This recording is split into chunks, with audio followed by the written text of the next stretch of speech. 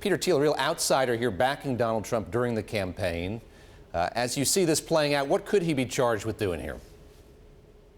Well, one hopes that he'll have a voice for some policies that could help business, particularly Silicon Valley business. Peter Thiel certainly knows a lot about that, both from a money management standpoint and from a venture investing standpoint, but also from what it takes to get businesses up and running and what Silicon Valley needs. And you know, quite frankly, a lot of the issues espoused by Donald Trump, such as the anti-immigrant stance, is not one that Silicon Valley embraced. And indeed, Silicon Valley is a business community often built with immigrants, and certainly employing lots of immigrants, needing that talent.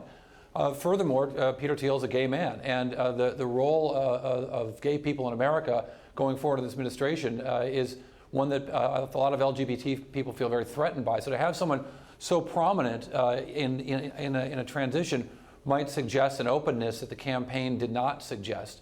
I don't want to overstate that because we don't know, how that plays out at any individual level. But I think you can only see it as the notion that things could be more inclusive with a candidate and a president-elect who did not espouse inclusiveness in his campaign. Over the last 8 years, the current administration has tried to make overtures to Silicon Valley to make the divide between the East Coast and the West Coast not as great as it has been. It's had some success there. Could Peter Thiel help bridge that divide, or by virtue of the fact that he was a real outsider, that his endorsement of Donald Trump led to some real discord in Silicon Valley, limit what he's able to do? I think that Peter Thiel's very plugged into Silicon Valley. He's got a lot of money behind a lot of startups. Most of the startups have failed and some have flourished. One of them, called Facebook, has had some significant impact on the world.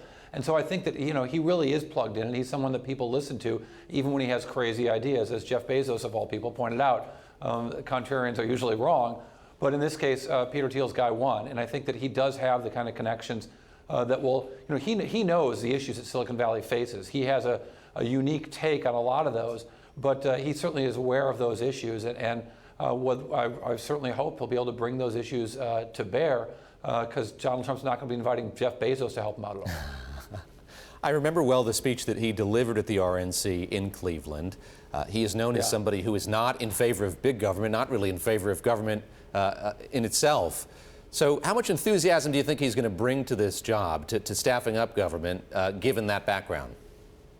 I mean, it's a very meta question, right? When you have candidates who run from Washington, D.C., who want to go to Washington, D.C., but actually don't believe that Washington, D.C. can accomplish anything. So I think that viewpoint is not limited to Peter Thiel. I'd suggest that that's a big part of what we might expect from an administration of Donald Trump and the people he's surrounding himself with. So, how you govern when you don't believe in government is a bigger question. It goes far beyond Peter Thiel. But when it comes to business, right, focus of our network and the focus of our work, and certainly the focus of Peter Thiel, I think when it comes to business, there are particular needs that businesses have, and there are particular influence that government can have, whether it's regulating or deregulating, encouraging certain policies in lots of ways through tax policy and beyond, and hopefully he'll be able to give voice to that. Let me pivot here and ask you just about market reaction since the election of Donald Trump. You look at the legacy named FANG stocks, the big tech stocks, and they've been slumping since Donald Trump was elected. Why is that? Why do you think that's the case? And is this something we're going to see sticking around for a while here with as we await new policy plans from Donald Trump? Well, so let's pick one stock where there's a why, that being Amazon.com, since you just mentioned Jeff Bezos. The why for that reason is this notion that somehow Donald Trump will create some kind of new tax policy to punish Amazon or to go after Jeff Bezos to get even for the Washington Post reporting because Bezos owns Washington. I don't know what that theory is, but investors selling Amazon stock for that reason are insane. It's a ludicrous reason to sell Amazon because that's just not going to happen. They're not going to be able to go back and find new taxes to apply to Amazon, a company that's thinks more about taxes and profits than any company out there.